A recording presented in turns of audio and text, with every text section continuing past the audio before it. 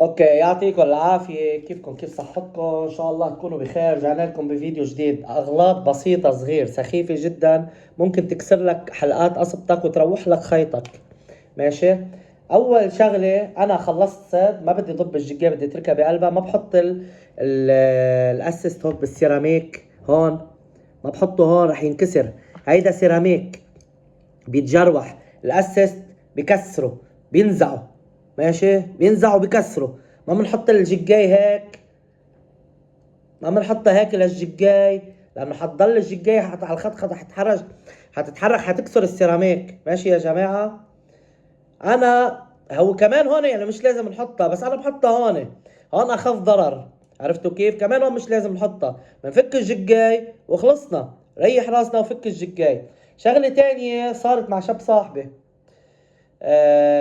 الدبل اسيست وين كان يحطها هو كمان؟ ما يقول لك ما بدي انزع الحلقات، ما يحطها فوق وما يضب الجيجاي. شو كان يعمل؟ كان يحط الاسيست وين؟ يحطهم هون بالسنارة من هون.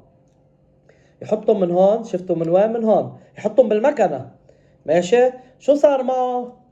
اللي صار معه انه بيوم من الايام على الخدخدة الاسيست فات هون بهالمكنة من هون. ماشي. وصار كل ما بده يفتح ويسكر او هو عم ينزل الخيط ينبرد الخيط ينبرد. بقى هاي الاشياء بدنا ننتبه لها، لانه الخيط اذا كان فيه شي بالحلقات مكسور الخيط راح ينسل ويقطع. واذا كان في شي بالمكنه كمان نافر مجلوف بدنا ننتبه لهم على القصص، عشان ما يروحوا نحن وعم نشلف او نحن عم نجقجق او نحن ومانا سمكه كبيره ونقعد نبكي. ماشي يا جماعه. هيدي لا يكون ليش عم بعمل فيديو عن هالموضوع، لانه اجاني فتره من فتره واحد قال لي كابتن الخيط اللي نصحتني فيه زباله. اوف. ليه بقى؟ ليه بقى زباله؟ هات لنشوف. حطه على كل مكاناتي هذا الخيط. على ايه زباله؟ على كل ما اشلف عم بيقطش. عرفت انه في شي غلط.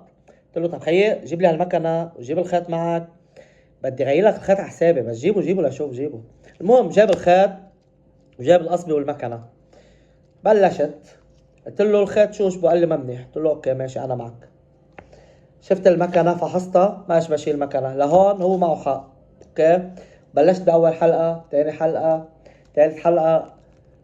الحلقه الثالثه قصدي. السيراميك مكسور وعم ينسل الخيط، بس عم بيشلف عم بيفوت فيها الخيط ويقطش. وبس عم بيشلف عم بيروح الخيط عم بيقطش. مينيموم بده يقطش، ما انت مكسوره السيراميك تاعيتك. صارت مثل السكينه. عم تحكي سيراميك، انت مثل السكينه صارت.